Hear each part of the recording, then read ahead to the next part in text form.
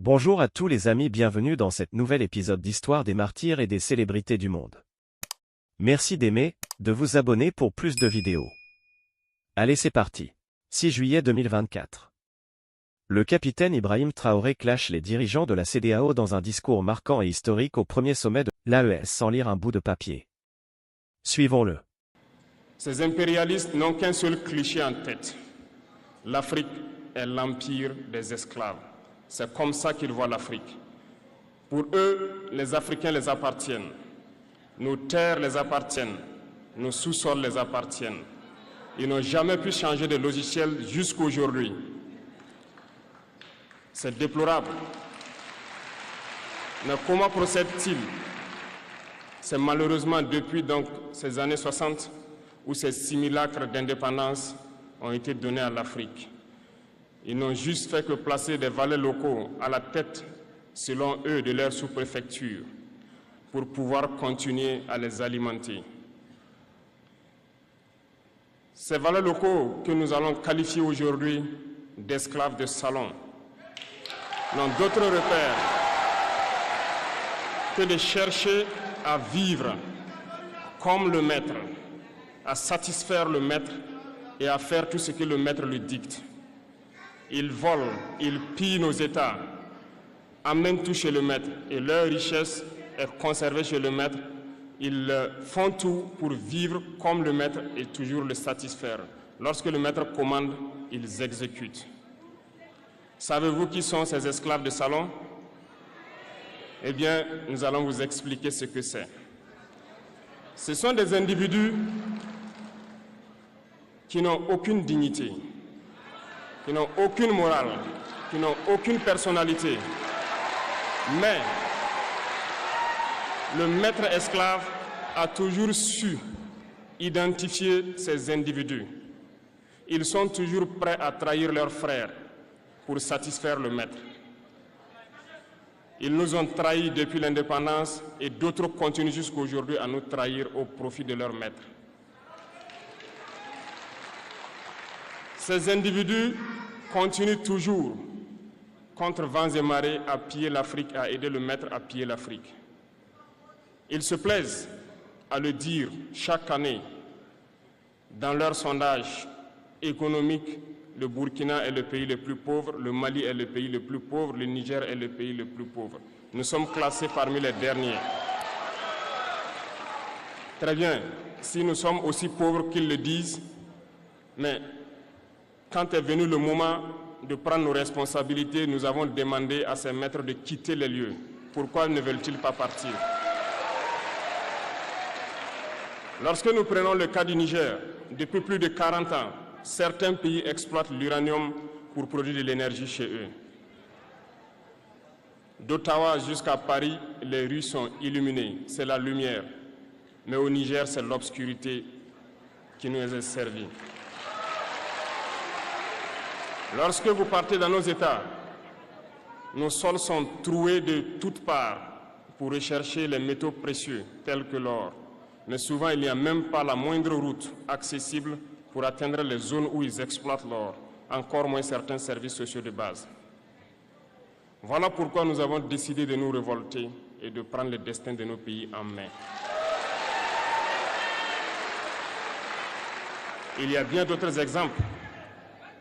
Mais lorsque nous avons décidé ainsi, eh bien, nous avons été approchés par certains esclaves de salon pour nous passer le message de leur maître. Parce qu'ils avaient créé cette sorte de chaîne polymère qui se relève à la tête de nos États pour les servir. Et nous sommes venus briser la chaîne.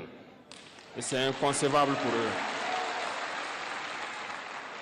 Ils nous ont donc approchés et ils nous ont demandé de rentrer dans les rangs pour faire partir de l'élite qui doit diriger l'Afrique.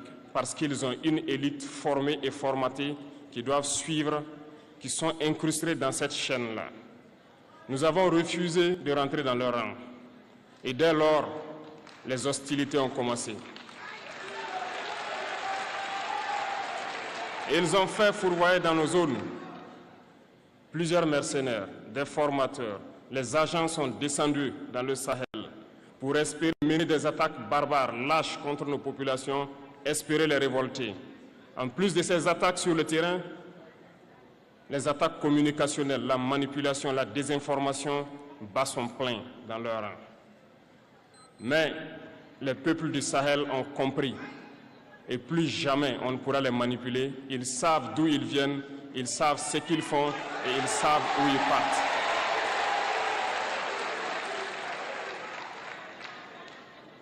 Nous n'allons plus permettre cela. Les gens sont éveillés et les gens se battent aujourd'hui, pas pour nous-mêmes, mais pour les générations à venir. Et merci à tous pour le combat qui est livré.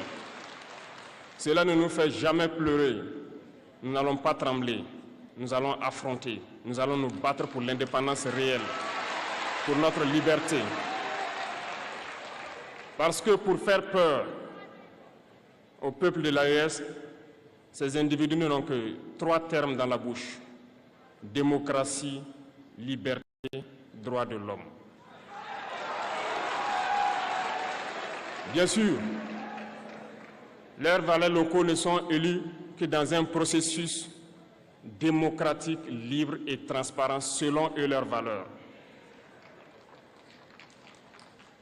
Quoi de plus normal qu'on veuille nous imposer cela, parce que c'est eux qui édictent les règles. Très bien, nous avons décidé de nous assumer. Voilà pourquoi un 26 juillet 2023, lorsque le Niger a décidé de tourner la page, les esclaves de salon et leurs maîtres sont montés sur les grands chevaux.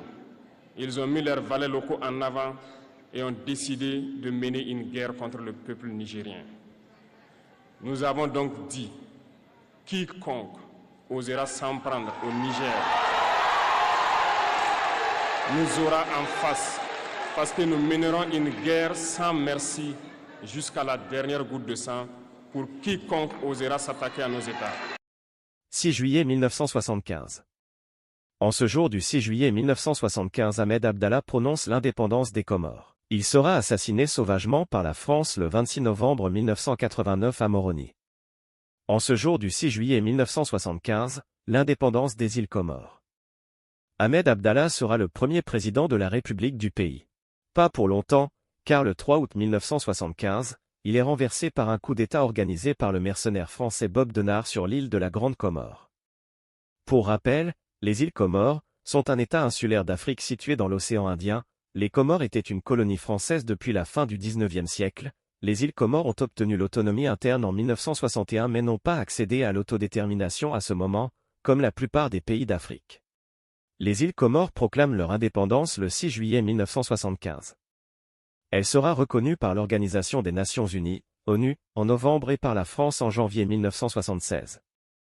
Les premières années d'existence du nouvel État seront marquées par une profonde instabilité politique causée par la France impérialiste et colonialiste. La France mena une sale politique impérialiste dans les Comores. La France va assassiner 2 présidents comoriens via son mercenaire le terroriste Bob Denard. Sur cette photo, le premier président des Comores, Ahmed Abdallah, il sera assassiné par la France le 26 novembre 1989. Si vous avez aimé, merci de vous abonner, d'aimer et de cliquer sur la cloche de notification pour ne rater aucune de nos vidéos. Merci.